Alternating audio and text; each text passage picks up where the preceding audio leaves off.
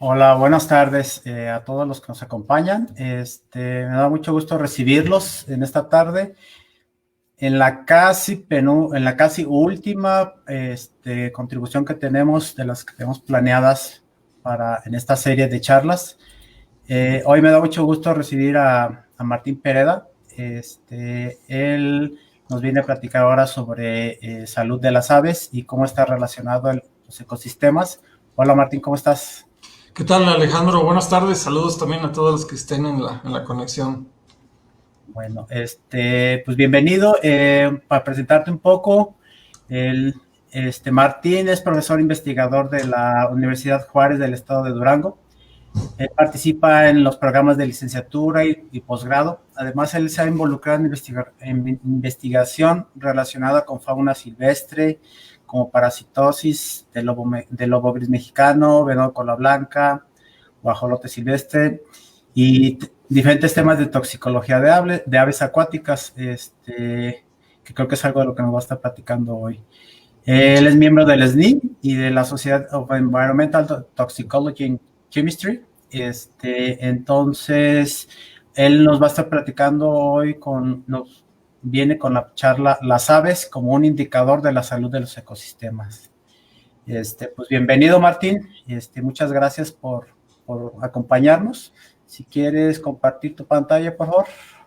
Ok, muchas gracias por la presentación, Alejandro. Y vamos a ver, ya me dirás si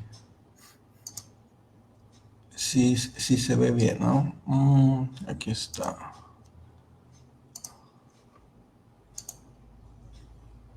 ¿Ya es visible ahora? Se ve la tira, la que se ve ahorita es la tira. Ajá. ¿Aún no se ve ahí la presentación?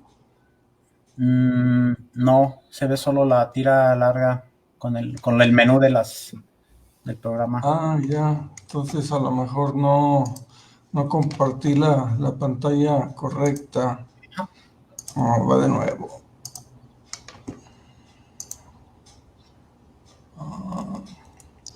A ver si en esta. En esta.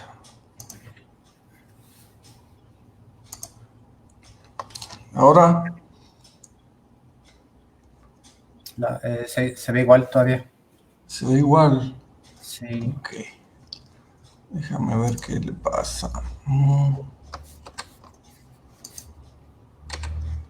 Esta plataforma es un poquito diferente de la que he utilizado, pero la otra vez la probamos sin problemas. Es cuestión aquí nada más de acertar cuál es. Vamos a ver.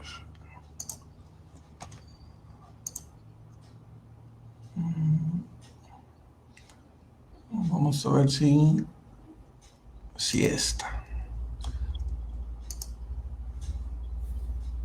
¿Hay algo visible ahora? No es el navegador. Bueno, Ajá. ¿Sigue nada más eso? ¿El es puro navegador? el puro navegador. No, ahí se ven los archivos. Aquí veo Sí, los archivos. ya lo tengo abierto, pero no sé, esta es la pantalla que estás viendo ahora. Bueno, deja ver si me deja. El primero que me mostraste funciona, ¿no? Se alcanza a ver la diapositiva bastante bien, pero Ajá, no es la presentación. sí, va otra vez. Vamos a ver.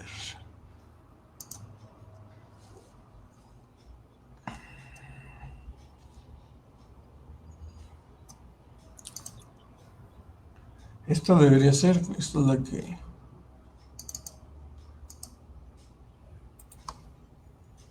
¿No? No, pero si quieres, te digo, esta funciona. Si no tienes animaciones o cosas de ese tipo, Esta es la que. no. ¿Estás viendo ahorita la pantalla? Con Eh, la primera diapositiva. ajá, Pero, ok, pero debe de verse en forma de la pantalla. presentación, ¿verdad? Sí, No sé por qué no me deja. La vez pasada sí la presentaba. Déjame hacer el intento nuevamente. Tal vez antes de. Digo, ya sé que esa. Sí, ya vi cómo es que la estás viendo. Aquí me la está reproduciendo. pero lo que quiero es que se vean en pantalla completa. Ya se fue Martín. A ver, ahorita que regresa.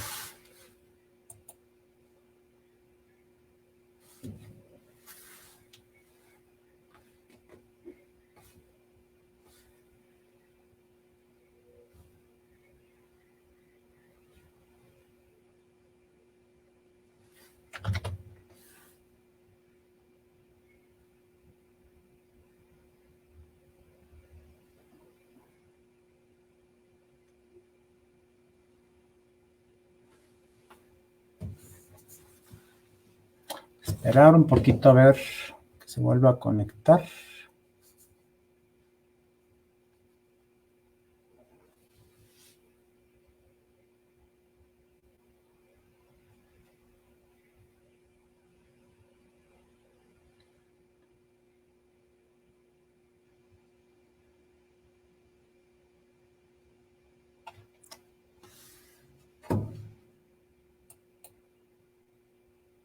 A ver, espérenme tantito.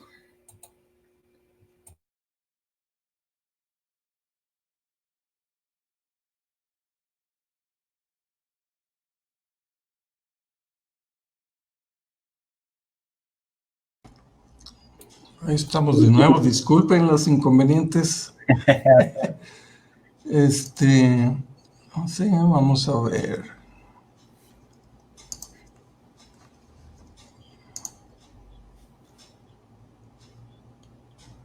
Si le digo aquí toda la pantalla, no sé qué hace.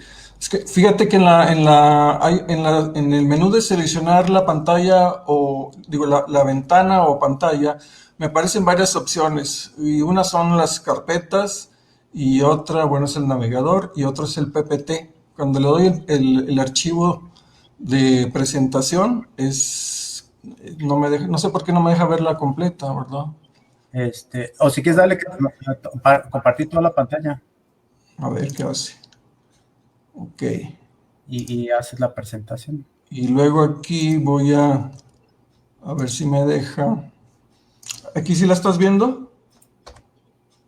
Sí, ya, ahí quedó. Okay. Bueno, era compartir toda la pantalla, ya lo anoté aquí. Muy bien. Pues muchas gracias, Alejandro. Disculpen ahí los inconvenientes. Sí, así pasa. Y antes que todo... A ver, al final si quieren compartir sus preguntas en el chat y las platicamos al final. Adelante, Martín, gracias. Sí, perdón. Bueno, pues decía que muchas gracias por la invitación, especialmente a mi colega, el doctor Leonardo Chapa, del IPICIT, que me hizo el favor de invitarme. Es todo un honor participar con ustedes. Yo sé que han tenido varias conferencias previas a esta y yo tenía la intención de conectarme, pues me parecían temas muy interesantes. Desafortunadamente no pude hacerlo, pero yo estoy seguro que fueron muy buenas charlas y pues espero estar al nivel, ¿no?, de lo que han estado presentando. Bien, Alejandro, habías hecho ya la introducción para el tema que voy a exponer ahora, que tiene que ver cómo podemos utilizar las aves como indicadoras de la salud de los ecosistemas. Y bueno, pues vamos a dar inicio a esta presentación. Si en algún momento surge algún problema, me dices, ¿no, Alejandro? Que se corte o no más se escuche bien.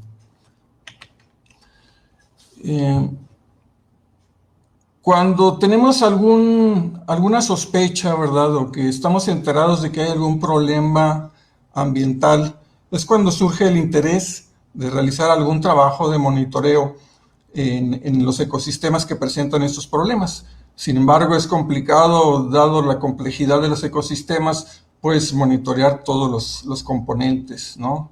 Entonces, en ese tipo de problemas es donde es importante la participación y la utilización de las aves, ¿no?, para poder realizar algunas pruebas.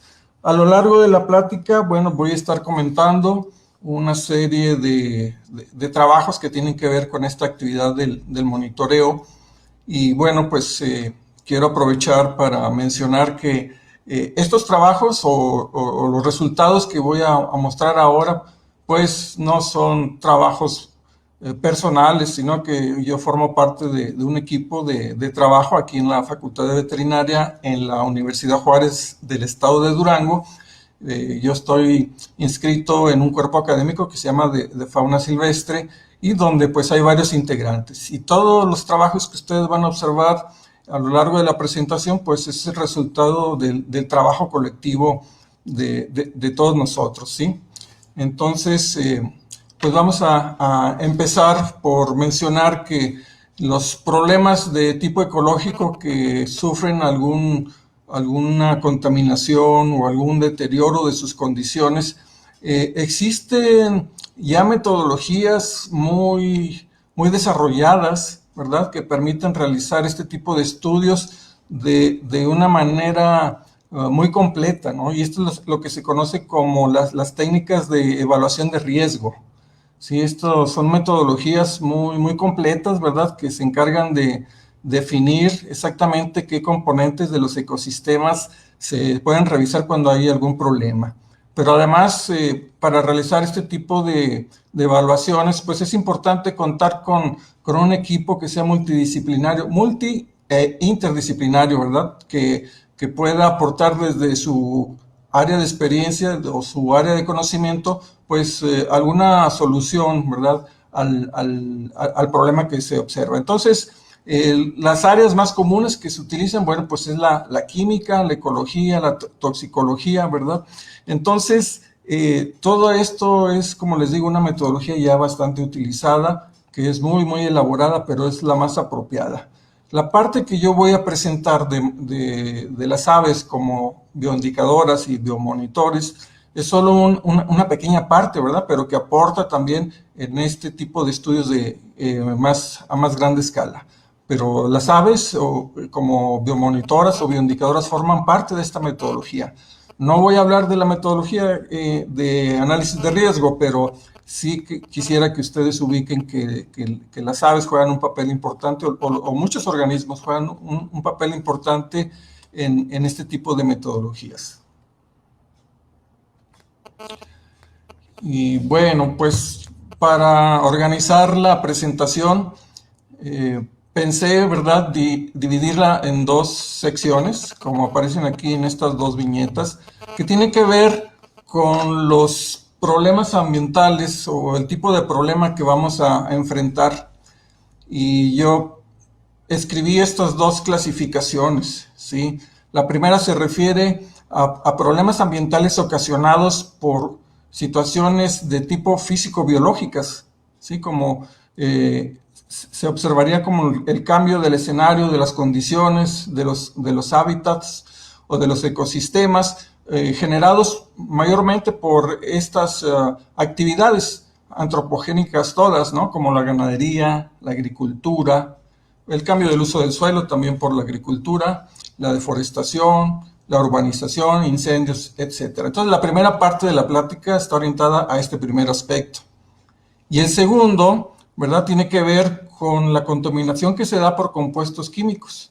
Y vamos a hablar un poco sobre ellos y también de manera complementaria hablaremos de lo que son los biomonitores y los biomarcadores que están orientados a medir este tipo de impacto. Entonces, estos son los problemas como yo los he clasificado. Sin embargo, el peor escenario es que un lugar tuviera la presencia de estas dos categorías, ¿no?, que tanto física, biológicas como químicos. Entonces, bueno, ya iremos abundando un poquito sobre cada uno de estos temas.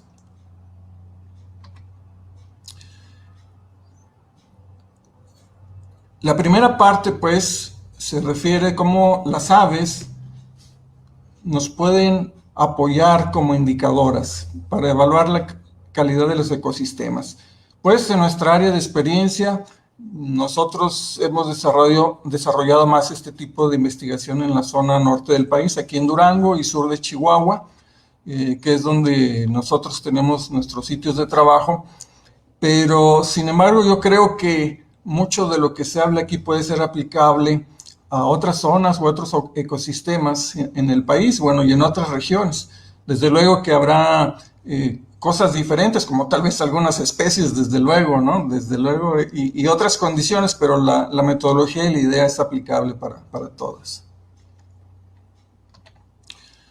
Iniciamos por definir lo que es un indicador, ¿verdad? Un indicador o un bioindicador, ¿no? Cuando se involucra un organismo. Pues miren, yo tomé esta definición de un libro del doctor Michael Newman, ¿verdad? Y he encontrado muchas definiciones y seguro ustedes los van a encontrar, pero esta es una de las que me pareció más apropiadas porque se refiere a que es un organismo el cual a través de su presencia o ausencia se puede inferir, ¿verdad?, sobre las condiciones particulares de un sitio. Entonces, sobre esto vamos a desarrollar, como dije, la primera parte de la charla. Entonces, recuerden esto, ¿no? La definición de bioindicador. Pues es un organismo. Y es tan simple, ¿verdad?, como la presencia, la ausencia para inferir cuáles son las condiciones. Entonces, mencionábamos que la primera clasificación que yo presentaba sobre los problemas ecológicos se referían a los cambios físicos, mayormente, ¿verdad?, físico-biológicos, y estos son algunos ejemplos, ¿no? Son fotografías reales, desde luego, donde vemos en la primera, en el primer cuadro, si se puede ver ahí mi apuntador, la diferencia de una zona bien manejada, una zona de pastizal bien manejada y otra sobreexplotada, ¿no? Entonces son evidentes aquí los cambios de escenario en este aspecto. Esta es otra fotografía que tomé de manera reciente, cerca aquí de la ciudad de Durango, donde vemos cómo se están abriendo nuevas parcelas, ¿sí?, en tierras cuya vegetación está compuesta por pastizales naturales, ¿no? Entonces, esto es un problema muy grave y muchos de ustedes que son estudiosos de las coberturas vegetales, del uso del suelo, si hacen un ejercicio con los tipos vegetativos que cubren el país, ven como muchas de estas tipos de coberturas o de tipos vegetativos, como el caso de los pastizales naturales, ha ido disminuyendo gravemente, ¿sí? Entonces, buenos pastizales se convierten en malas parcelas de temporal y eso no se ha detenido, ¿no? Eso sigue pasando. Pues otro de los ejemplos es el abuso en el aprovechamiento de los bosques y otros tantos como los incendios que cada año son frecuentes en muchas partes del país. Ahora estamos viendo también en Norteamérica los graves problemas que tienen por la magnitud de estos incendios. No puse una diapositiva, pero también el crecimiento de las ciudades, la expansión de las zonas urbanas ocasionan también el cambio de escenario ecológico. Entonces, estas son algunas de las causas que pueden estar originando estos cambios. Y bueno, pensé en esta plática de hoy, platicarles un poco cómo nosotros fuimos iniciando nuestras investigaciones. Ustedes saben que para todo hay una curva de aprendizaje y lo que les voy a presentar ahora es una parte de nuestra curva de aprendizaje, cómo empezamos a involucrarnos en este tipo de estudios. Y bueno, pues esto tiene que ver con el año 2007, donde un grupo de profesores, bueno, más que un grupo, éramos 2 profesores, ¿verdad?, que fuimos invitados para realizar un trabajo colaborativo, pues, con otros grupos académicos de otras universidades, de la Universidad Autónoma de Nuevo León, de la Universidad Autónoma de Chihuahua y la Universidad Estatal de Sonora, y una organización no gubernamental que en ese momento se llamaba Rocky Mountain Bear Observatory. Ellos tenían la intención de desarrollar una serie de trabajos para la época invernal, ¿no?, que es la época en que muchas aves que habitan en Norteamérica vienen a pasar varios meses de invierno acá al área del desierto chihuahuense. Recordemos que este ecosistema es uno de los más grandes en el continente y que se extiende desde el sur de Canadá hasta el centro de México. Entonces, mayormente hay mucha información, ¿verdad?, en época reproductiva, de lo que hacen las aves en esa época, pero había un un interés muy grande por saber qué es lo que está pasando durante la época invernal de las especies de aves acá en esta parte de Norteamérica. Entonces, iniciamos pues los primeros trabajos en 2007 y nuestro entrenamiento y nuestra formación pues se orientó a identificar a cada una de las aves de pastizal y igual a las condiciones en las que se encontraban en su hábitat invernal. Y una de las primeras resultados de este trabajo que se realizó en 2007 pues era reconocer que las coberturas de pastos y otros arbustos eran muy variables a lo largo del hábitat, y entendiendo por hábitat la región del desierto chihuahuense, pero que algunas especies de aves, y escribí aquí los nombres comunes, que es como está originalmente escrito en el reporte que aparece aquí, algunas especies como la bisbita llanera, el gorrión chapulín, el escribano de collar castaño, estos estaban más identificados con unas preferencias por pastizales con pocos o ningún arbusto, es decir, entonces estas eran las primeras determinaciones que hacíamos para identificar la presencia de ciertas aves con ciertas condiciones del hábitat, ¿sí? Bueno, por mencionar algunas de las aves focales de pastizales que empezamos a conocer y que son focales, pues, de pastizal, las van a observar aquí, ¿sí? No todas están en la región del norte de Durango, pero sí todas están dentro de la región del desierto chihuahuense, ¿sí? Y todas estas, desafortunadamente, se encuentran bajo algún estado de protección debido a que sus poblaciones se están disminuyendo, ¿no? Algunas con porcentajes muy alarmantes, pero todas disminuyendo, todas las que ven ustedes aquí. Pero derivado de ese trabajo, nosotros empezamos a identificar algunas especies, por lo menos en el ámbito de nuestra región. No lo comenté, pero la parte que nosotros trabajamos desde el desierto chihuahuense es una región que se conoce como Cuchillas de la Zarca. Y entonces, les digo, no todas las aves que son de interés estaban presentes, pero empezamos a observar grandes cantidades comparadas con otras zonas del desierto chihuahuense de algunos gorriones como el Centrones verdi y el Ammodramus savanarum, ¿verdad? Entonces eso nos llamó la atención y generó pues el interés de abundar en cuanto a obtener más información sobre estas aves. Miren, pero este es el ejemplo, esta es una gráfica que se generó en otro reporte donde veíamos cuál era la densidad de esta especie de gorrión chapulín, de Ammodramus savanarum, pero ya mostraba pues 3 años consecutivos que habíamos estado monitoreando. Se dice que para poder conocer una tendencia por lo menos se requieren 2 puntos, ¿no? Pues aquí ya teníamos 3 puntos. Y observen ustedes en las diferentes zonas en las cuales se estaban realizando los monitoreos, como mencioné por otros colegas de otras universidades. En el caso nuestro, en 2007 teníamos una densidad alta y después una densidad baja y después una densidad alta. En ninguno, si ustedes observan, en ninguno de los sitios se observaba uniformidad en la presencia de esta ave. Entonces esto generaba, a partir del conocimiento de esto, generaba más preguntas, ¿no? Como decir, bueno, pues ¿qué es lo que ocasiona que estas densidades varían? ¿Sí? Varían año con año. Si el hábitat es el mismo, ¿qué es lo que está ocasionando que se observe estas variaciones en el número de individuos en las regiones del desierto chihuahuense? Entonces, pues nosotros empezamos a desarrollar esas investigaciones y la orientamos pues a caracterizar el hábitat, ¿sí? del Ammodramus verdi, que bueno, así se llamaba antes Ammodramus verdi. Recuerden que cambió de nombre por Centronix verdi.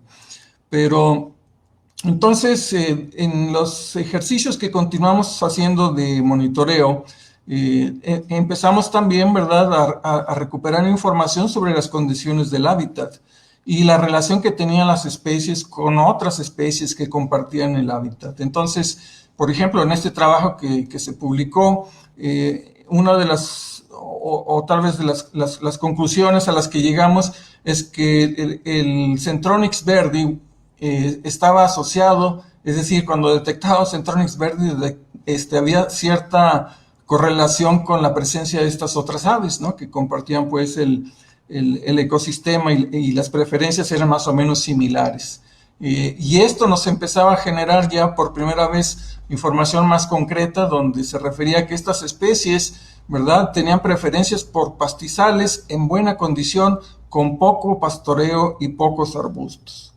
Y en otro trabajo, ¿verdad?, incorporamos también la cantidad de semilla. Bueno, ¿cómo era eso? Pues así teníamos que hacerlo, ¿no? De recoger la semilla del piso y pesarla, pero se juntaba la cantidad de semilla del piso donde se detectaban las aves. Ese era el trabajo, ¿no?, que se hacía. Y entonces se reconocía también como la disponibilidad de semilla como una variable importante para la presencia de, en este caso, de la Modramo sabanarum, ¿no?, que es del Espicela, ¿no?, que era otra especie también que se localizaba en el pastizal. Entonces, bueno, pues esta información nos ayudaba a madurar la idea de que las aves, no todas, ¿verdad?, pero que algunas especies estaban asociadas con pastizales, pues digamos, de buena calidad. Y haciendo ese ejercicio en otros años, desafortunadamente aquí la escala no es muy buena, pero son 3 años en los que se realizó el monitoreo, y vean, los cuadrantes representan las zonas de muestreo y representan las densidades. Entre más oscuro la densidad era mayor, entre más claro la densidad era menor. Entonces, si ustedes observan los primeros 3 mapas, porque este es un promedio de los anteriores, pero los primeros 3 mapas, ustedes observan cómo casi coincidía año con año los niveles en cuanto a la densidad para esta especie del Centronix verdi, ¿sí? Entonces, esto era interesante, ¿no?, porque aquí nos permitía verificar exactamente cuáles eran las condiciones que existían en estos bloques donde había mayor densidad de esta especie. Y bueno, en ese sentido fuimos precisando, ¿no?, la caracterización o la preferencia del hábitat de este gorrión. Y entonces podíamos decir, ¿verdad?, que el gorrión de Bayer, ¿verdad?, escogía o utilizaba zonas donde la cantidad de arbustos fuera menos de 2.5, es decir, poquitos arbustos. Y de suelo desnudo era un rango entre 9 y 14%. Pero lo más importante era la cobertura de pasto, que representaba una cobertura del 62% y una altura de 26 centímetros. ¿A qué se refiere la altura del pasto? Entonces, esto ya nos daba una idea y nos confirmaba, ¿verdad?, que donde había estas condiciones de pasto íbamos a encontrar esta especie. Y entonces esta especie se convertía pues en un buen indicador de pastos en buena condición. Y era común encontrar otras especies en lugares donde no encontrábamos verdi, por ejemplo, donde no encontrábamos este gorrión, encontrábamos otras especies, pero las coberturas, por ejemplo, de pasto eran mucho menores, ¿sí? Entonces otras aves estaban asociadas a otras características de hábitat, ¿no? Entonces esto era lo que nos llamaba la atención, que en los mejores pastizales se podría encontrar sin duda esta especie.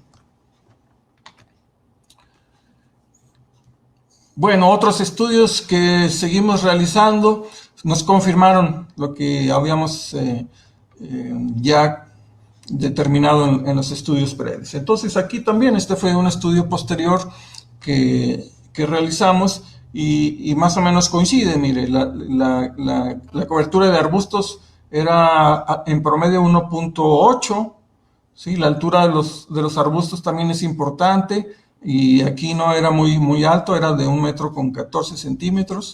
Y la cantidad de suelo desnudo en promedio 11.19. La cobertura de pastos, nuevamente vean cómo las preferencias de esta especie nos daban o nos confirmaban, ¿verdad?, que estas eran características de lugares donde había una buena cobertura de pasto. Y bueno, también hacíamos mediciones de otras coberturas como las hierbas, su altura y otras cosas que se encuentran sobre el suelo. Pero lo más importante para esto era la cobertura de pasto. Y bueno, de manera más reciente, y esto fue así como que la cereza en el pastel del trabajo que estuvimos realizando, pues si ustedes checan en los libros o en las guías donde describen a esta especie del gorrión chapulín, esta se distribuye en su época reproductiva la mayor parte de Norteamérica, ¿no?, y sur de Estados Unidos. Pero, ¿cuál fue la sorpresa? Que la encontramos que se estaba reproduciendo aquí en Durango, ¿no? Y fue un hallazgo muy interesante. No esperábamos encontrarlo. Y esto sucedió en el 2017 y 2018. Estas fotografías, ¿verdad?, muestran las condiciones que existen en verano del mismo hábitat. Y entonces, vean ustedes la cantidad de cobertura de pasto, 74% de cobertura de pasto, con una altura de 43.1 centímetros. Entonces, estas condiciones, ¿verdad?, favorecían para que esta especie, además, bueno, hay muchas preguntas sobre este hallazgo todavía, ¿no? Pero lo que estamos convencidos es que los mejores sitios con los mejores pastizales en el verano fueron elegidos por esta ave para reproducirse, lo cual son hallazgos, pues para nosotros muy satisfactorios, porque nunca fueron más bien sorpresivos, ¿no?, que no esperábamos que se estuvieran reproduciendo en esta zona de México. Pero desde el punto de vista de las condiciones del hábitat, pues entendemos que son condiciones ideales, muy parecidas a las que hay en Norteamérica en algunas partes, y entonces algunos individuos, pues no sabemos exactamente si se quedan solo algunos años o viajan a otros lugares, pero se reproducen aquí, ¿no? Y esto es algo más o menos reciente. Este año hemos acudido también, pero no los hemos detectado para las mismas fechas que detectamos estos en 2017 y 2018, y ahora no los hemos encontrado. Entonces, bueno, es un hallazgo interesante, pero también nos deja muchas preguntas sin responder, ¿no? Lo que sí nos queda claro es que tanto esta especie de Lamodramus savanarum como el Lamodramus verdi, pues son buenos indicadores para pastizales en buena condición. Y fíjense que a lo largo de la zona de muestreo nuestra, en el norte de Durango y sur de Chihuahua, hay muchos sitios buenos, pero ningún otro sitio lo encontramos nada más que en 2 cuadrantes en los que presentaba anteriormente. Es decir, que no en todos existen las condiciones óptimas para que se reproduzca esta especie. Y bueno, pues esta experiencia, ya más o menos les platiqué la curva de aprendizaje que tuvimos en cuanto a identificar las especies, reconocer las especies e interpretar, pues, ¿no?, la presencia de ellos en ciertos lugares del desierto chihuahuense. Y este año tuvimos la invitación de la ONG ProNatura, que es una de las organizaciones que están más preocupadas por conservar los hábitats, los ecosistemas y la riqueza de especies. Nos invitaron para realizar un estudio. Ellos les interesaba detectar, ¿verdad?, cuáles eran las zonas de pastizales que requerían mayor, digamos, o tenían mayor necesidad de conservación. Y todo ese trabajo, ¿verdad?, se fundamentó en las preferencias de hábitat de las aves. Es decir, que hicimos pues nuevamente un monitoreo de aves y de manera coincidente, ¿verdad?, en lugares donde los pastizales están pues demasiado dañados, deteriorados o sobreexplotados, pues no había aves, ¿verdad? Entonces, utilizando estos mismos principios de presencia de aves como organismos indicadores, realizamos este estudio de tal manera que se detectaron pues ya algunas zonas, ¿verdad?, que requieren de manera urgente pues alguna intervención para poder rescatar la condición del hábitat o del ecosistema. En relación a esta primera parte de la plática, pues hay dos cosas que reconocer, ¿verdad? La primera se refiere a que la condición de los ecosistemas, en este caso nosotros aplicamos el ecosistema pastizal, se puede medir, ¿verdad?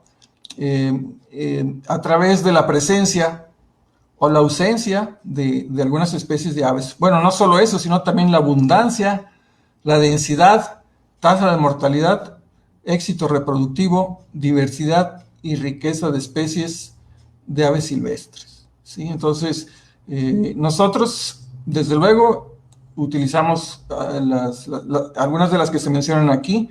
La de éxito reproductivo no, porque mayormente hemos trabajado en temporada invernal, pero las demás sí las hemos aplicado, ¿no? Tasa de mortalidad sí la hemos aplicado también, y igual, ¿no? Las otras, les digo, excepto la de éxito reproductivo, que eso fue más bien una sorpresa que obtuvimos en los estudios exploratorios a mitad de año. Entonces, también esto nos lleva pues a entender que las aves son útiles, ¿verdad?, si se consideran para evaluar el estado del pastizal y de alguna manera dar seguimiento a este tipo, a las condiciones de estos ecosistemas. Y en diapositivas anteriores hablaba de cómo era posible explicar de que algunos años había una densidad alta, luego una densidad baja, luego una densidad alta. Pues todo tiene que ver con bueno, es una situación compleja, pero muchas veces se explican desde el punto de vista de la actividad ganadera, de la actividad agrícola y de los factores climáticos, principalmente, ¿verdad? Puede haber desde luego, más variables que influyen en la presencia de las aves, pero creo que estas tres resumen y agrupan las principales y que tienen mayor impacto en la presencia de las aves. Pues en otros lugares, ¿verdad?, inclusive aquí en México, sí se ha avanzado y se está aplicando esta estrategia de considerar a las aves focales de pastizal como indicadoras de salud, ¿no? En el caso del estado de Chihuahua, la misma organización de Pronatura Noreste, ¿verdad?, tiene ya un trabajo muy concreto, muy bien desarrollado, donde a través de la presencia de estas especies prioritarias ellos pueden conocer, ¿verdad?, si el pastizal se encuentra en buenas condiciones y mantener las aves durante invierno con invierno, ¿verdad?, pues ayuda a entender de que se está haciendo un buen manejo del pastizal. Y en otras partes, como en Sudamérica, los uruguayos también han trabajado desde hace ya algunos años la misma estrategia, ¿no?, de utilizar aves para determinar las condiciones que tienen los pastizales. Sin embargo, yo creo, ¿verdad?, que esto también puede extrapolarse a otro tipo de ecosistemas, como los bosques, las selvas, etcétera, ¿verdad? Lo único es que hay que definir cuáles son las especies focales, ¿verdad?, que nos pueden dar información de las condiciones del ecosistema que queremos estudiar. Bueno, pues hasta aquí la primera parte de la presentación. Alejandro, ¿cómo andamos de tiempo?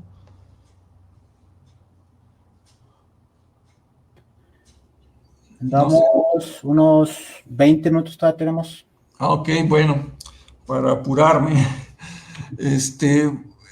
Entonces, vamos a hablar ahora sobre lo que son los biomonitores y los biomarcadores. Decíamos que los ecosistemas pueden verse afectados también por la presencia de algunos químicos que son, sin duda, ¿verdad?, generados por las actividades antropogénicas de industria, de transporte, de la agricultura, etcétera. Y en este caso, pues también se pueden utilizar las aves como monitores biológicos, por eso tienen el nombre de biomonitores, y son efectivos, ¿verdad?, para evaluar la salud de los ecosistemas a diferentes escalas. Y tomé una definición también, aparte de la que observan, del doctor Michael Newman, ¿verdad?, que él describe, ¿verdad?, a un biomonitor como un organismo, ¿verdad?, que ayuda a evaluar y cuantificar la contaminación de manera sistemática en condiciones ambientales particulares. Vamos a hablar un poquito sobre esto. Si ustedes van a escoger una ave como biomonitor, esta debe cumplir con ciertas características, y estas recomendaciones, además de que están mencionadas en un documento publicado en 1991, también son sugeridas por uno de mis colegas, al cual tengo mucho respeto y agradecimiento, el doctor Antonio Juan García Fernández, ¿verdad?, que él insiste de que de todas las características estas son las más importantes. Y la primera es que estos organismos deben ofrecer o permitir, ¿verdad?, que se puedan medir las sustancias que queremos investigar, es decir, que haya algún tipo de residuo en los tejidos. Las aves que vamos a elegir también pues deben de tener un ámbito hogareño, un territorio de distribución pues que coincida con el área que vamos a investigar. Y por otro lado también pues estas especies deben de ser fáciles de capturar y de censarse, ¿sí?, de llevar un registro de ellas. Más adelante les voy a hablar sobre algunos problemas que tuvimos en algunos estudios. Entonces, si ustedes piensan en algún momento seleccionar algunas de las especies, pues consideren estos tres aspectos para que no tengan dificultades al momento de trabajar con las aves. Y miren, esto del uso de las aves como biomonitoras realmente no es algo reciente, y aquí me permití incluir algunas fotografías, y resulta que esto se viene utilizando desde principios del siglo pasado, desde 1911 hasta 1986, pero surgió por la necesidad que tenían los mineros de trabajar en las minas de carbón, pues muchos de los gases que se generan en estas minas son inodoras y son difíciles de detectar.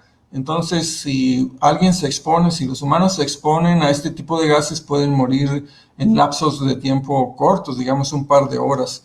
Entonces ellos idearon la utilización de un canario, ¿no?, como un sistema de alarma. Entonces, como en la fotografía que aparece aquí, ¿verdad?, ellos llevaban un canario en una jaula, y había una persona como un guía que se encargaba de recorrer los túneles o las instalaciones de las minas con su canario en la mano, ¿no?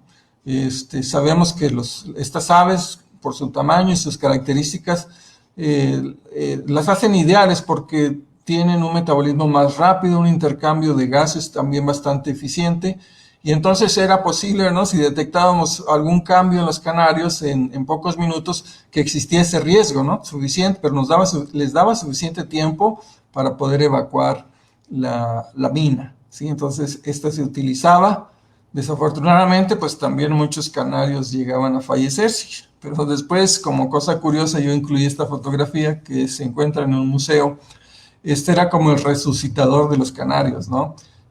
Podrías tener las puertas abiertas, pero se ponía una rejilla como aquí para que funcionara como indicador, como biomonitor el canario, pero en el momento que lo veías que se ponía mal, cerrabas de manera hermética la jaula y abrías el oxígeno para que se recuperara, ¿no? Entonces me pareció muy interesante. Pero entonces esto nos da una idea de la utilidad, ¿no?, que tienen el uso de las aves para generar un sistema de alarma o de alerta temprana, ¿no?, sobre problemas de contaminación.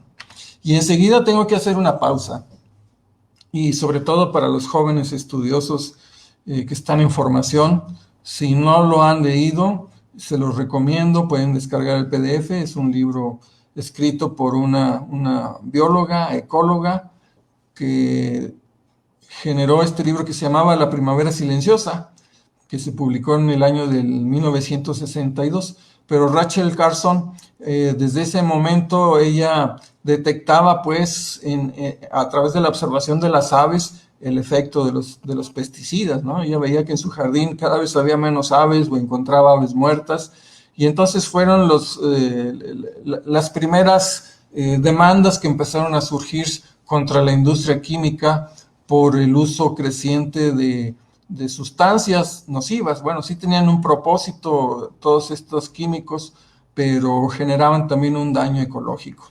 Paradójicamente, Rachel Carson murió de cáncer, ¿no? Que es uno de los principales efectos que tiene la exposición a este tipo de contaminantes. Eso sucedió, pues, como mencionaba, en 1962, pero mucho antes también llamó la atención el caso de las águilas calvas, porque estos individuos llegaron a disminuir sus poblaciones, y el interés por investigarlo surgió pues porque es una ave emblemática, ¿no? de los norteamericanos, así como nosotros del águila. Para ellos la águila calva es uno de sus símbolos. Entonces, ¿cuál era el problema? Pues desde luego que se observaba que había cada vez menos individuos, pero la explicación estaba desde el punto de vista reproductivo, porque los huevos que se depositaban en los nidos tenían unas cáscaras muy delgadas, de tal manera que al empollarlos, pues hacían una torta con su descendencia, ¿no? Entonces, esto llamó la atención y se dedicaron a hacer la investigación sobre cuáles eran las causas que estaban generando este problema. Y el culpable, pues, era un agroquímico o un insecticida.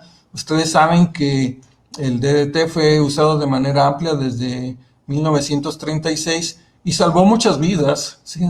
En la lucha contra la malaria, y se utilizó hasta hace muchos años como insecticida, ¿sí? Desde luego que tuvo sus beneficios, pero también el costo ecológico que generó fue muy alto, ¿sí? Entonces se demostró que esta sustancia, ¿verdad?, pues tenía efectos para una fauna que era no objetivo. Y entonces esto nos lleva a pensar, ¿verdad?, con esta reflexión de cuáles de las partes del ecosistema son las que nosotros sospechamos que hay un problema. Los contaminantes pueden estar en diferentes sustratos, ya sea en el aire, en el suelo o en el agua, ¿sí? Entonces, dependiendo de nuestras sospechas o de nuestro conocimiento, elegiríamos cuál es la especie. Si, digamos, si sospechamos que hay una planta de tratamiento que está vertiendo contaminantes en las cercanías de la ciudad a ríos o lagos, pues entonces escoger aves acuáticas sería interesante, ¿verdad? Ya sea patos o gansos. Y bueno, dentro de las aves acuáticas hay otras categorías que se podrían elegir como biomonitores. En la parte del suelo, bueno, pues muchas aves, ¿verdad?, que tienen hábitos de forrajeo, o que anidan en el suelo, pues también pueden ser elegidas, ¿no? Y bueno, pues todas también tienen la posibilidad de entrar en contacto con el aire, ¿no? Así que muchas especies también podrían servir para medir la contaminación que se genera, pues mayormente por la industria, ¿no? En el caso del aire.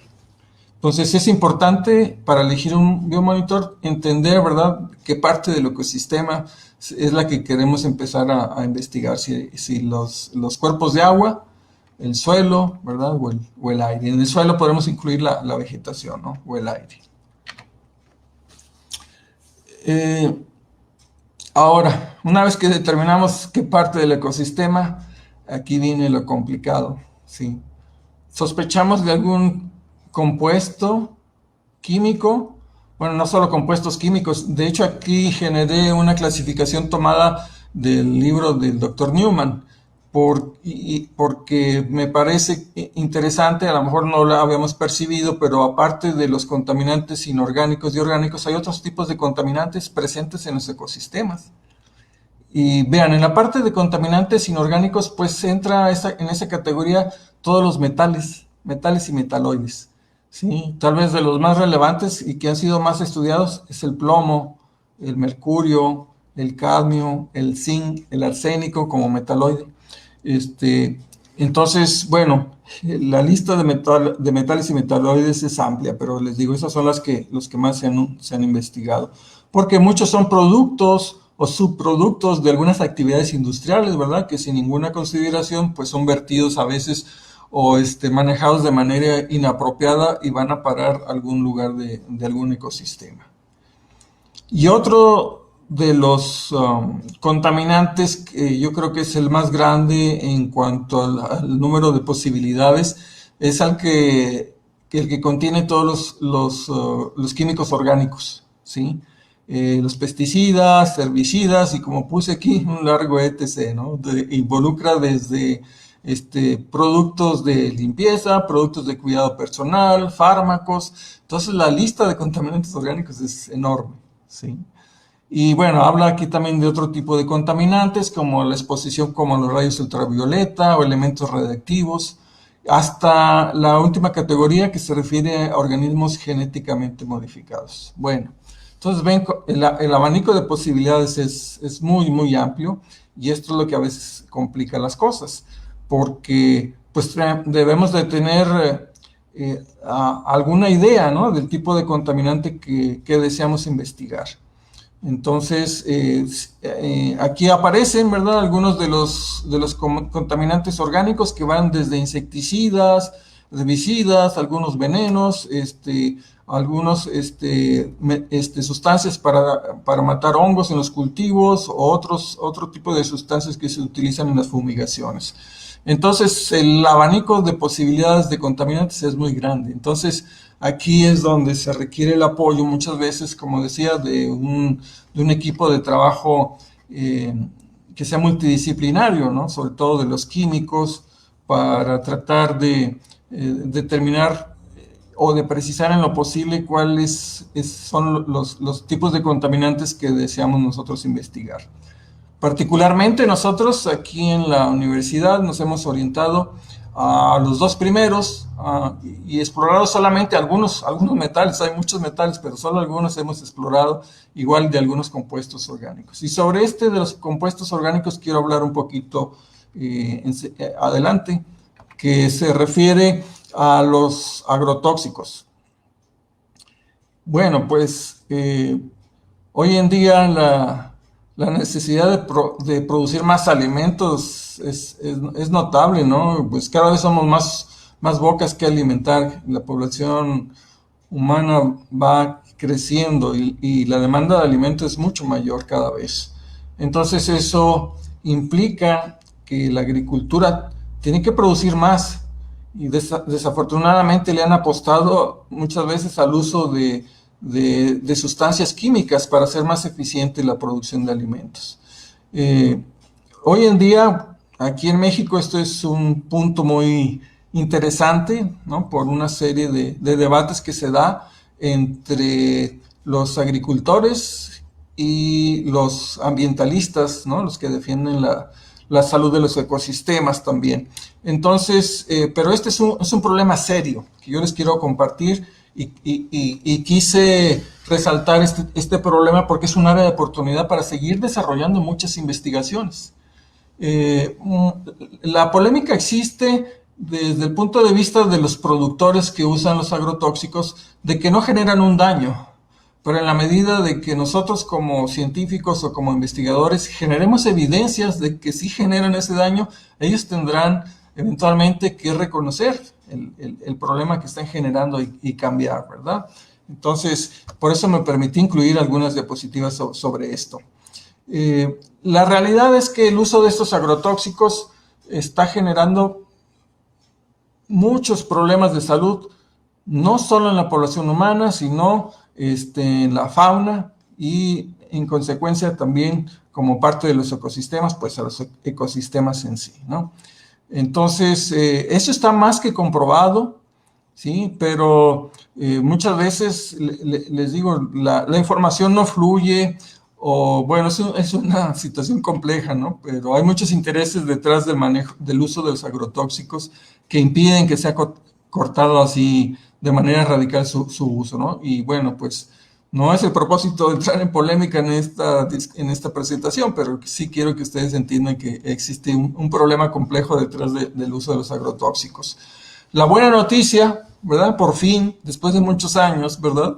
Es que ya uno de los compuestos organofosforados más dañinos, pues está ya determinada su prohibición para unos cuantos años, ¿sí? Que es en este el caso del herbicida glifosfato. Y de manera reciente, si ustedes consultan las noticias, resulta que muchos grupos de investigadores en México se dedicaron a rastrear los residuos de glifosfato y encontraron que muchos alimentos, ¿no? Tanto en cultivos, hasta en productos procesados como la tortilla, ¿no? Y lo más grave, hasta en la cerveza, encontraron residuos de glifosfato, ¿no? Entonces esto llamó la atención y bueno, parece que creó la conciencia y está pues ya dada la prohibición de la utilización de este herbicida. Esperamos se cumpla, ¿verdad? Desde luego, esa sería nuestra expectativa. Pero vean el problema, y no solo en México, ¿sí? Como les digo, pues la necesidad de producir alimentos existe en todos los países. Y esta es una estadística muy rápida que les quiero mencionar, pero tengo este dato, no es reciente, pero vean, les ayuda a entender la magnitud del problema, ¿no? 3 millones de personas se intoxican por año, morían en el año de la cita, en 2007, 220,000 personas. Significaba 660 muertes por día, 25 muertes por hora, ¿no? Entonces, esto desde luego es algo preocupante, una cifra de la Organización Panamericana de la Salud, ¿verdad?, de países en Centroamérica, es que 400,000 personas se intoxicaban por plaguicidas. Ahora, lo que llama la atención también es que muchos de estos agrotóxicos están prohibidos en muchos países de primer mundo y los países en desarrollo los seguimos utilizando, ¿no? Entonces, bueno, para pensarse qué es lo que está ocasionando que nuestros países sí los usen y otros ya lo prohibieron porque, como mencioné, está comprobado que generan muchos daños en la salud. Este dato reciente, vean que la COFEPRIS, ¿verdad?, autorizó el uso de 140 plaguicidas, ¿sí?, que ya estaban catalogados por otras organizaciones como altamente peligrosos y sin embargo se autorizó, para que se utilizaran aquí en México, ¿no? De ese tamaño y de complejo es el problema.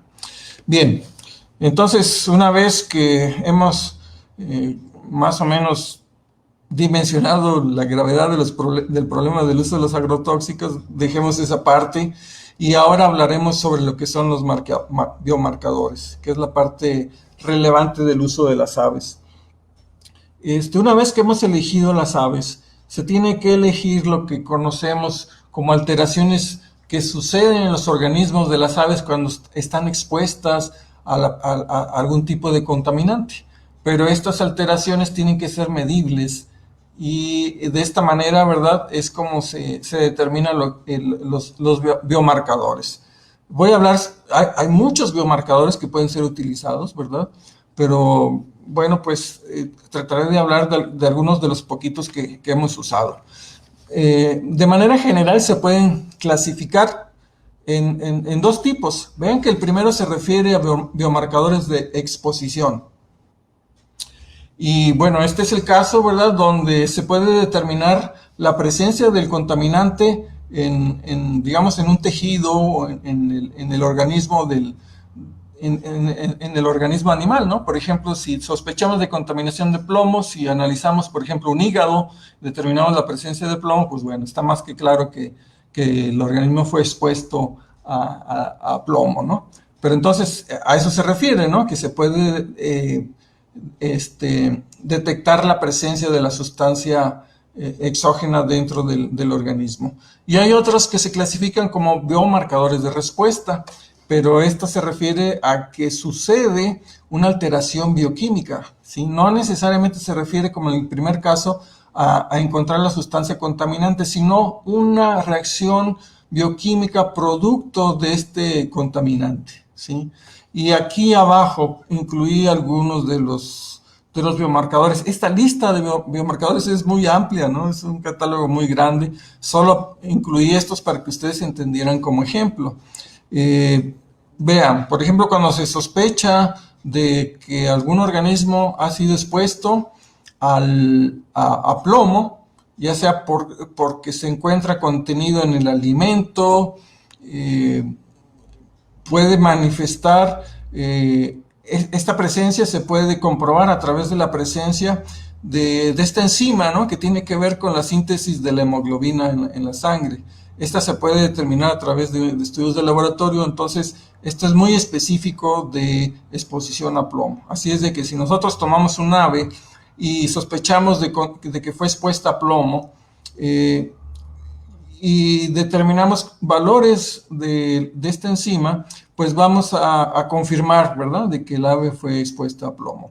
Y así es como funcionan los biomarcadores, porque son específicos. Este es otro de los ejemplos. Cuando las aves, por ejemplo, se exponen a compuestos organofosforados como los herbicidas, ¿verdad? Estos generan una manifestación de problemas de neurotoxicidad, pero se puede determinar en laboratorio a través de la medición de la acetilcolinesterasa o de la butilcolinesterasa, ¿verdad? Que son dos enzimas que se encargan de la hidrolización de la acetilcolina. Eso explica lo de la neurotoxicidad. Y para otros metales se generan una serie de proteínas también presentes en la sangre. Entonces, cuando nosotros hacemos las mediciones de estos biomarcadores, podemos confirmar la sospecha, ¿verdad?, de exposición a alguno de estos productos. Y esta es como les digo, es una lista muy grande, ¿verdad? Pero esto nos ayuda, una vez que sospechamos de la exposición a algún tipo de contaminante, elegir cuál es el biomarcador adecuado. Y bueno, este es uno de los biomarcadores también muy utilizados y muy simples de trabajar en laboratorio. Estas son fotos de algunos de los trabajos de nuestros alumnos. Se conoce como la prueba de micronúcleos y lo que consiste es que lo que están observando en las fotos son eritrocitos, ¿sí? Solo que tienen una tinción especial para poderse diferenciar. Lo que están viendo son los núcleos de los eritrocitos, ¿sí? El citoplasma no se alcanza a ver porque es el manejo de un contraste de la luz con la tinción. Pero lo que están viendo aquí son los núcleos de los eritrocitos. Entonces, todos estos son eritrocitos. Y las anormalidades que se observan en estos eritrocitos están marcados con esta flecha. Y aquí no sé si el video es muy bueno y lo pueden ver, pero ustedes observarán que este eritrocito tiene dos núcleos, uno más pequeño y uno más grande. Y que este eritrocito parece un cacahuate. En lugar de observarse un núcleo ovoide, tiene una forma de un cacahuate, ¿no? Esta es como una prolongación del núcleo. Entonces, precisamente estos son dos biomarcadores que se pueden observar en las aves cuando son expuestas a ciertos compuestos contaminantes como los metales e inclusive a algunos herbicidas. Entonces, esto es muy simple, ¿verdad? Lo único que se tiene que hacer es obtener un frotis sanguíneo, es decir, es ligeramente invasivo porque sí hay que hacer una punción normalmente en el ala para sacar una gota de sangre y preparar un frotis sanguíneo y teñirlo, ¿no? Y entonces se pueden observar este tipo de anormalidades. Ahora, déjenme decirles una cosa. Este tipo de eritrocitos en muchos organismos se están generando de manera continua, pero son removidos por el sistema retículo endotelial. Estos son células anormales, ¿verdad? Y que potencialmente de continuar su vida, pues tienen el potencial de generar cáncer, ¿no? Por esta pérdida de información genética, empiezan a reproducirse y generar un trastorno. Entonces, estas son removidas por el sistema retículo endotelial de los individuos, pero por eso se observan en cantidades bajas. Pero cuando hay exposición a contaminantes, pues la frecuencia de observación de estos va a ser alta, ¿no? Entonces, esta es una prueba muy interesante que ustedes pueden utilizar en sus laboratorios con algunas aves. nosotros nos dimos a la tarea con algunos de nuestros alumnos a elegir pues ciertas aves que tuvieran esa posibilidad de ser utilizados como biomonitores, ¿sí? Y hicimos algunos trabajos con el ganso nevado y hicimos las determinaciones, como lo mencioné, de obteniendo algunos frotis sanguíneos para determinar la frecuencia de la presentación de eritrocitos micronucleados y eritrocitos con prolongaciones nucleares. Además de los eritrocitos, también hacemos un conteo de los leucocitos. Los leucocitos, ustedes saben que es un reflejo de las condiciones del estado inmunológico de los individuos, entonces utilizamos un indicador que se llama heterófilo linfocito, ¿no? Que nos da una idea sobre el estado inmunológico de los individuos, ¿no? Entonces, la intención de trabajar con esta especie era generar valores de referencia, pues muchas especies no tenemos idea de cuál puede ser la cantidad de micronúcleos o prolongaciones nucleares, o lo más básico, ¿no? Saber cuántos leucocitos puede tener. Entonces es importante iniciar generando valores de referencia. Hay algunas complicaciones, ¿no? Algunas complicaciones, pero bueno, estos son la aplicación pues de esta técnica de estos biomarcadores en algunas especies de aves. Y esto sería muy útil, ¿verdad?, para medir en algún momento las condiciones o cuando sospechamos de algunos contaminantes en las zonas de descanso de estas aves, que también son aves migratorias, en los humedales que hay aquí en México.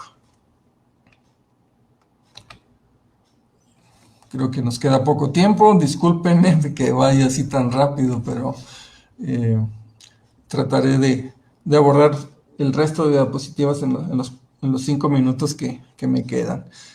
Además del ganso nevado, la doctora Marcela Martínez, ¿verdad?, que fue una alumna muy destacada y muy entusiasta, desarrolló también un estudio donde utilizaba la lechucita llanera como ella utilizaba en los dos sentidos, como bioindicadora y como biomonitora, porque ella hizo un estudio en Aguascalientes y trataba de relacionar la presencia de la especie con ciertas zonas industriales que se están expandiendo en la zona de Aguascalientes. Sí sabemos que Aguascalientes tiene un desarrollo industrial muy grande, sobre todo en la industria de los automóviles, de tal manera que ha crecido y que ha alcanzado las cercanías de los pastizales donde esta especie se encuentra. Entonces ella realizó un estudio comparativo de zonas agrícolas y con algunos parches de pastizal con las zonas cercanas a las zonas industriales, y bueno, ella parte de sus conclusiones era de que cercana a las zonas industriales evidentemente ya había menos presencia de esta ave. Pero por otro lado también investigó el uso del biomarcador, en este caso los eritrocitos micronucleados, y observó esa relación también, que las lechucitas que estaban cercanas a la zona industrial tenían una frecuencia más alta de micronúcleos, y la inversa, ¿no?, aquellas que estaban en condiciones digamos, más alejadas de la zona industrial, cercanas a las zonas de agricultura y ganadería. Entonces ese fue un estudio también muy, muy interesante y demostraba pues la utilidad de utilizar la ave como bioindicadora y como biomonitora, ¿no?, que les digo, esa es una de las posibilidades. Este es otro de los biomarcadores que mencionaba, ¿verdad?, y tiene que ver con la disminución de la butirilcolinesterasa y la acetilcolinesterasa, ¿no?, en los tejidos animales. Este es un biomarcador que se utiliza mucho, sobre todo para medir la exposición de los organismos a insecticidas organofosforados, ¿sí? Nosotros llegamos a utilizar este biomarcador.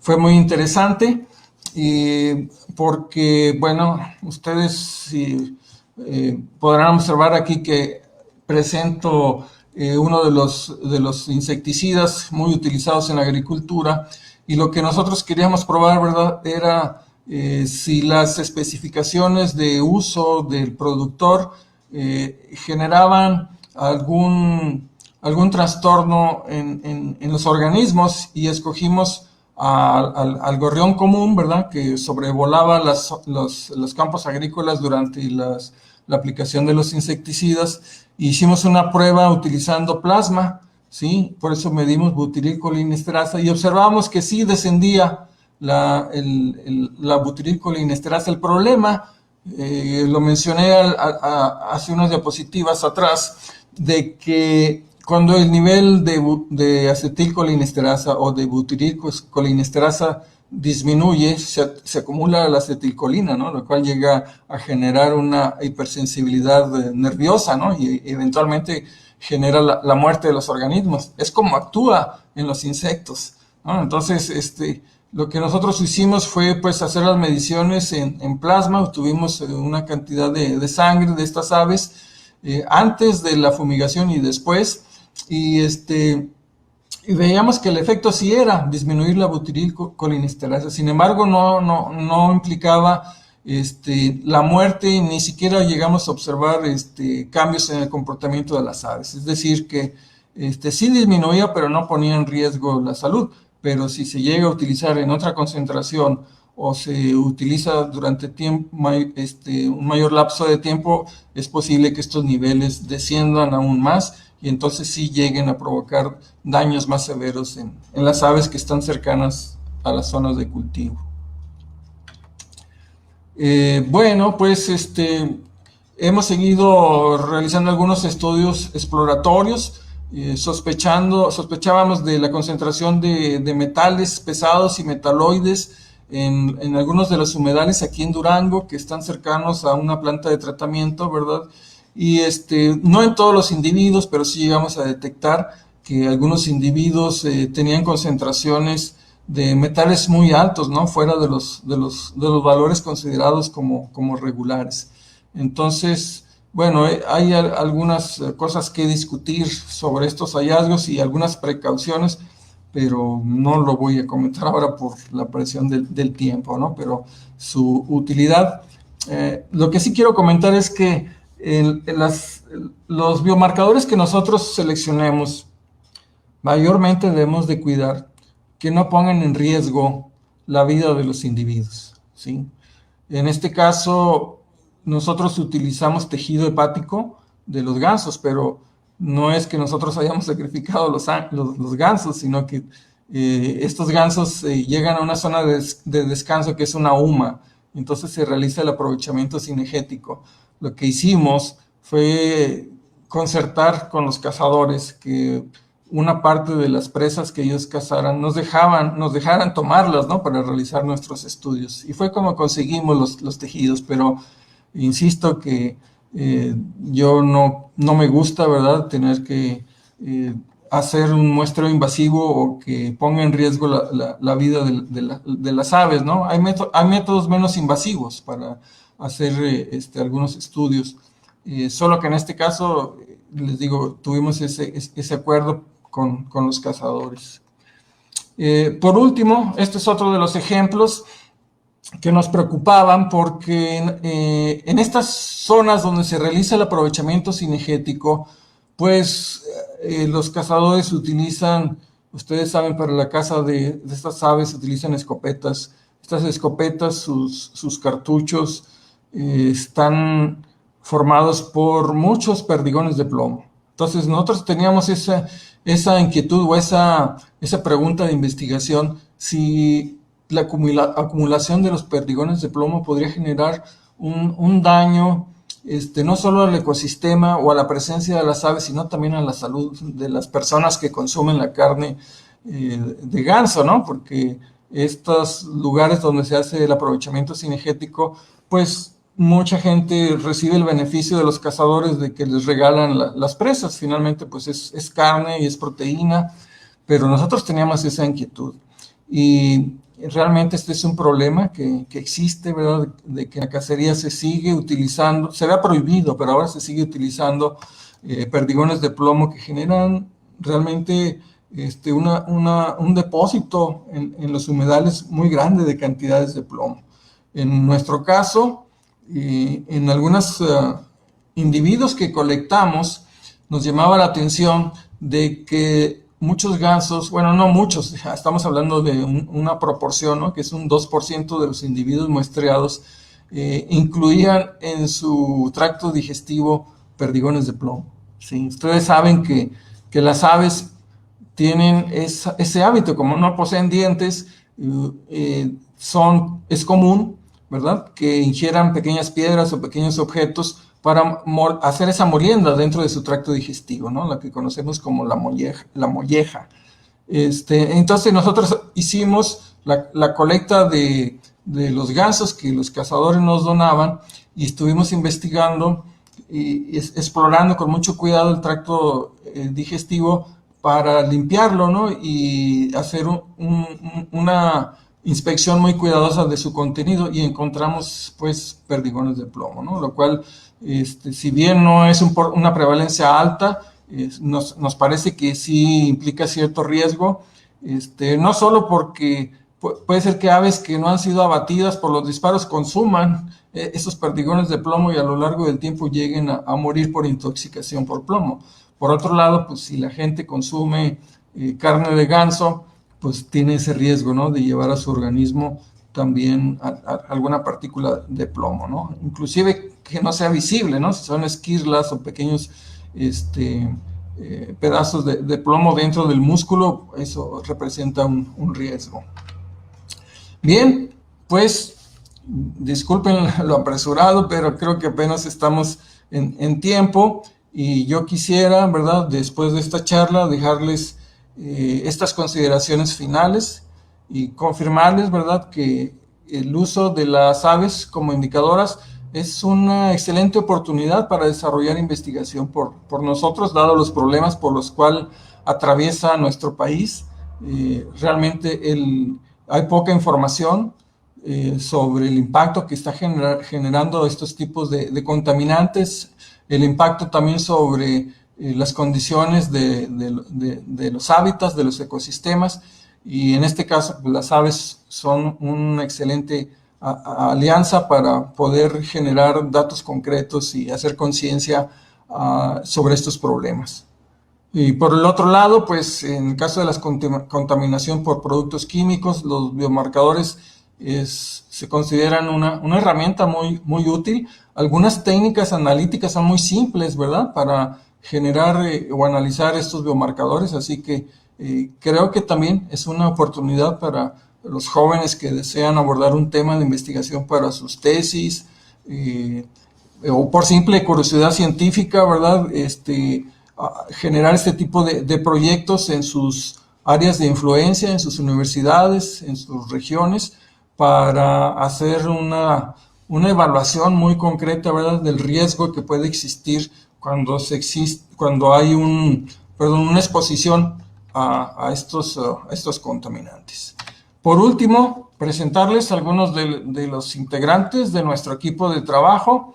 Como verán, todos ellos muy jóvenes, así como ustedes, y agradecerles yo también a ellos que se hayan involucrado en este equipo de trabajo. Definitivamente sin ellos, sin la participación de ellos, no sería posible haber presentado esta información que hoy les compartí.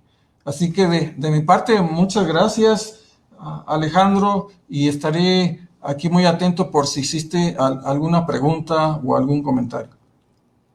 Bueno, gracias, Martín. En lo que empiezan a aparecer por aquí preguntas, yo tenía una pregunta que tiene que ver con Oye, entonces, ¿de veras estos gorriones ni el malatión les hace lo que el viento a Juárez nada más?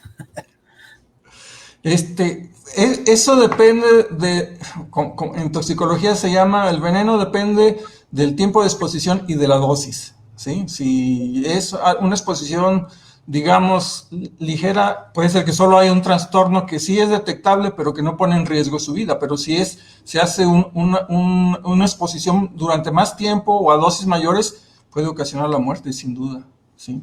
¿Cómo fue con este caso que ustedes hicieron? ¿Cómo fue? ¿En dosis bajas?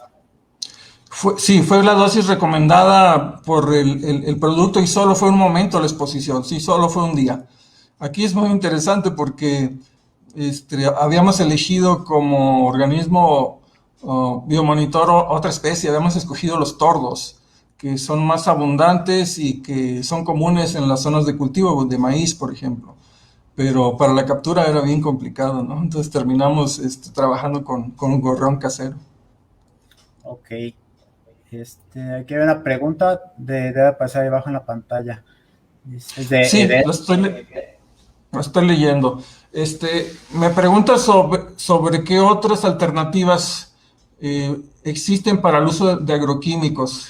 Esto es bien interesante y este es un reto para la ciencia, porque si decimos que no podemos usar insecticidas químicos para combatir las plagas, tenemos que pensar en otro tipo de insecticida, ¿no?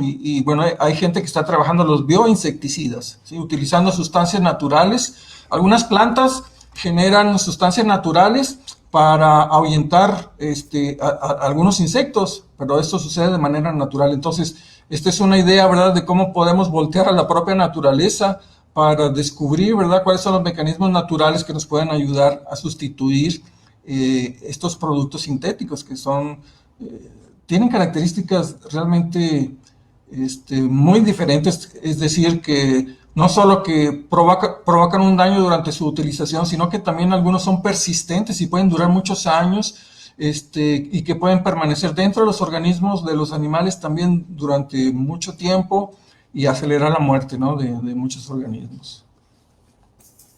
Ok, pues, no hay más preguntas. Sí, Por sí está. ejemplo, también sobre el uso de insecticidas, se podrían utilizar siguiendo las cadenas tróficas, ¿no? Si tienes, por ejemplo, problemas de chapulín, podrías pensar en utilizar a alguna especie o organismo que esté más arriba de estos insectos en la cadena trófica para que, bueno, las aves hacen ese papel, ¿no? Es una de las funciones ecológicas de combatir algunas plagas, ¿no?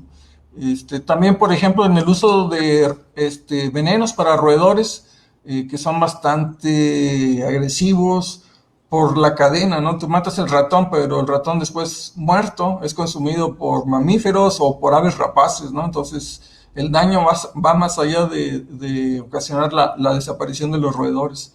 Entonces, se podría, ¿verdad?, implementar una serie de estrategias que no involucren el uso de sustancias químicas, pero yo digo, ese es un reto para los agrónomos modernos, para los fitotecnistas, para los entomólogos, ¿verdad?, de generar este tipo de estrategias para reemplazar los productos sintéticos. Ok, ok. Bueno, pues gracias, Martín. Déjame presentar los avisos parroquiales. Sí, claro. La semana que entra tendremos ya la última intervención. Nos estará acompañando Arvind Panjabi, que estaba viendo que estuvo trabajando contigo. Sí, Arvin. Entonces, para los quienes están escuchando, los esperamos la semana que entra. Y pues Martín, muchísimas gracias en nombre de Cipamex.